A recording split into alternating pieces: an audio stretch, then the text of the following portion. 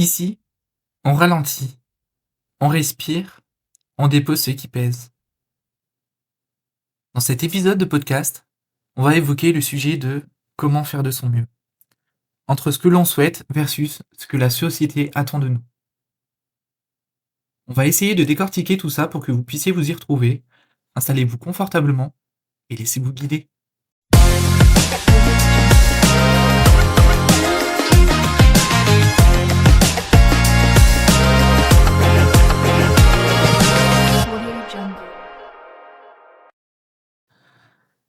Chers auditeurs, chères auditrices, bonjour et bienvenue sur le podcast On se gâche moins la vie. Je suis Victorien et je souhaite à travers les différents épisodes de podcast vous aider à comprendre les différentes problématiques qui vous empêchent à devenir la personne que vous rêvez d'être. Dans l'épisode d'aujourd'hui, nous allons voir comment faire de son mieux.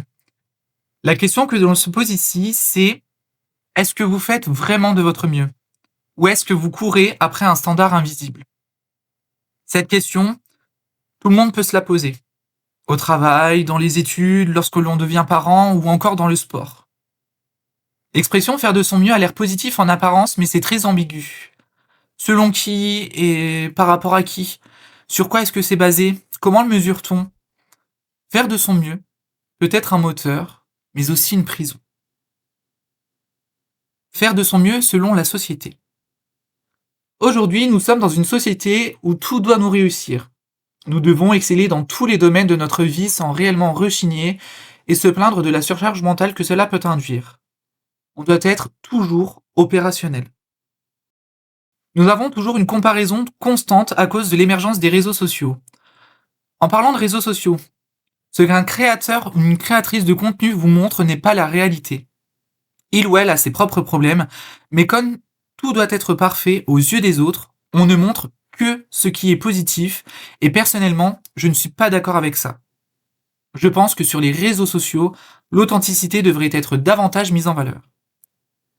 Malheureusement, selon les standards implicites que la société souhaite pour vous, vous devez réussir rapidement, avoir une carrière parfaite, un corps parfait, ou éduquer vos enfants selon les normes.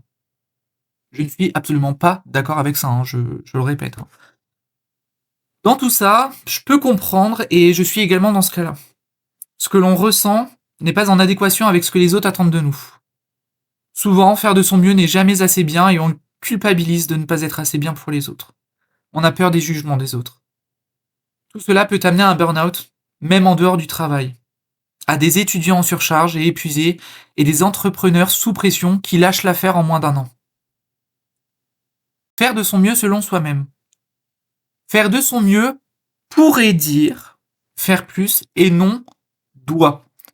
Faire mieux ne veut pas dire doit faire plus. Ce n'est qu'une possibilité et non une obligation. Souvent, cela dépend de l'énergie que l'on a sur l'instant T, de notre santé mentale. Au passage, si vous souffrez, vous ou quelqu'un de votre entourage, d'un quelconque problème lié au mental ou au psychologique, prenez rendez-vous avec un ou une professionnelle de santé pour vous aider. Il n'y a aucune honte à avoir et je pense que tous les humains de cette terre ont des problèmes personnels, donc devraient aller voir un psychologue ou un psychiatre au même titre qu'un médecin généraliste. Cela peut dépendre également de votre contexte de vie. Si vous êtes nouveau parent, vous avez un nouveau job, une nouvelle maison, mais aussi de vos ressources émotionnelles. Il faut se dire une chose importante. Votre mieux d'aujourd'hui est différent de votre mieux d'hier. Parfois, le mieux veut simplement dire se reposer, survivre, poser une limite. Je pense que vous connaissez sans doute l'expression « le mieux est l'ennemi du bien ». La question que je veux vous poser dans ce cas-là, c'est et si votre mieux était valide même s'il était invisible? Je vous laisse méditer sur cette interrogation et vous verrez que si vous vous posez et que vous réfléchissez, vous pourrez avoir très vite des réponses.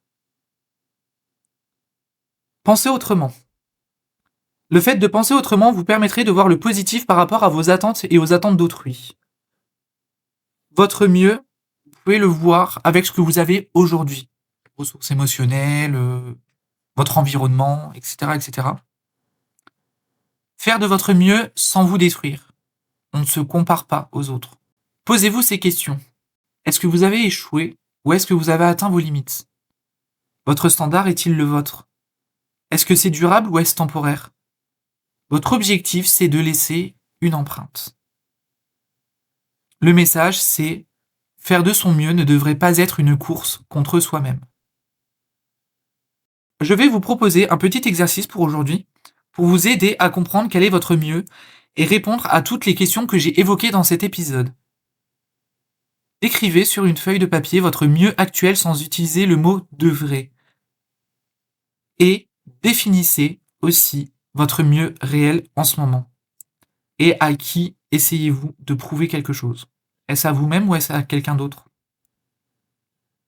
Chers auditeurs, chères auditrices, j'espère que ce nouvel épisode de podcast vous a aidé. N'hésitez pas à me suivre sur mes différents réseaux sociaux où je poste régulièrement du contenu sur du développement personnel. On se retrouve le 8 mars pour un prochain épisode. En attendant, prenez soin de vous, faites attention à vous et je vous dis à très vite.